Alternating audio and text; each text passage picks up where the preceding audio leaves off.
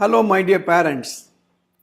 In these episodes, I am giving you certain basic information and concept on what does it mean to become a world-class person, the making of a genius.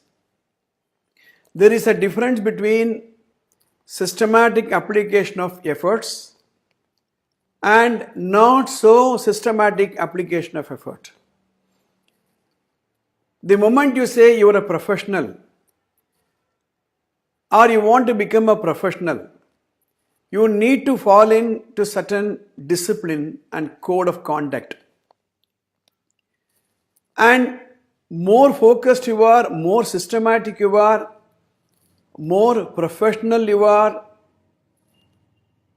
the more you will be able to see the result. That's what we have been talking about. So we have been discussing Dr. Anders Ericsson theory of what is deliberate practice.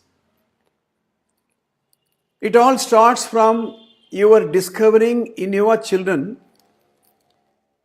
a talent for which he has a passion and he has a dream, but he does not know this strategy.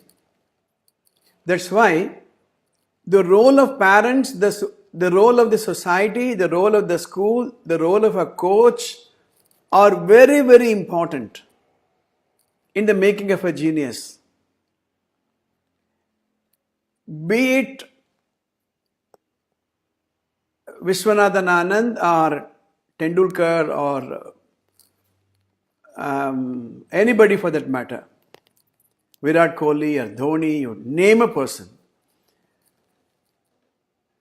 Supposing they had not got the support of the coach and the parents, do you think they would have come up to the fame? It makes all the more reason. It makes all the sense.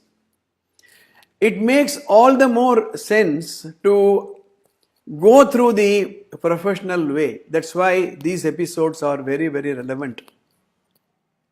So in the last episode we said,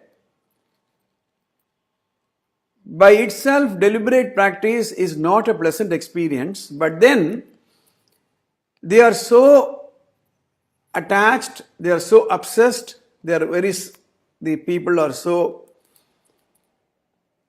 keen to make a mark, so they look at the result they are going to achieve and work hard. This is how genius are made.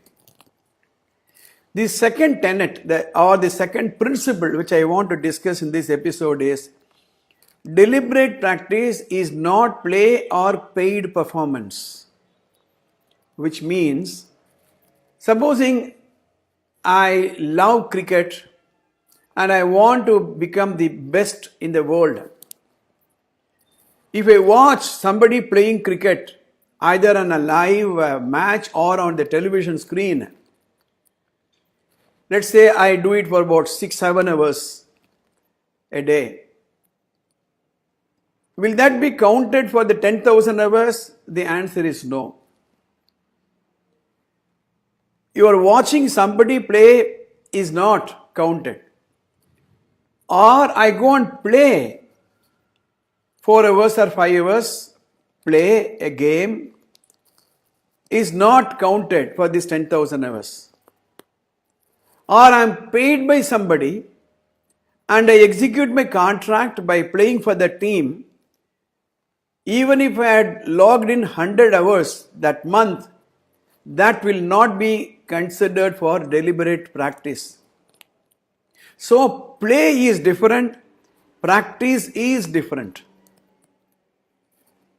Practice is coaching. The coach accompanies me, he looks at my game and he gives me the feedback, I correct and I practice again. That is deliberate practice. In fact, in a game, in a serious game, in a match, You cannot try out new methods. You cannot take risk because you are looking at winning or losing. But in a coaching, in a practice, you are learning. So, working towards a result and winning a game is different from learning. Deliberate practice is all about learning. Deliberate practice is all about correcting my approach to the game.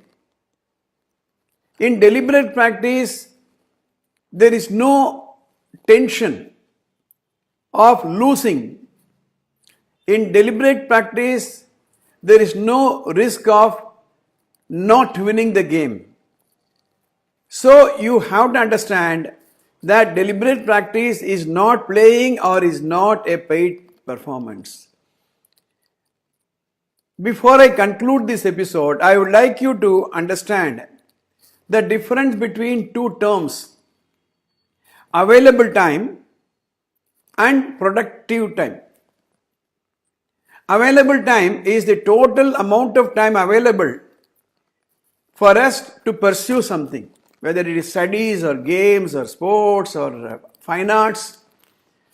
Productive time is that time which is focused and which is set aside, which is budgeted to pursue my profession. That's why in a week, if you had spent 20 hours in your game, that is the available time that you made it available to you to play the game.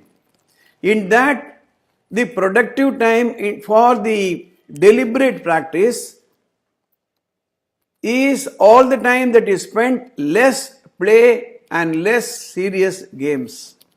So the difference between deliberate practice and a game, once you understand, you have to invest every day a certain amount of time for coaching and practicing, and that is deliberate practice. We will see the next principle in the next episode.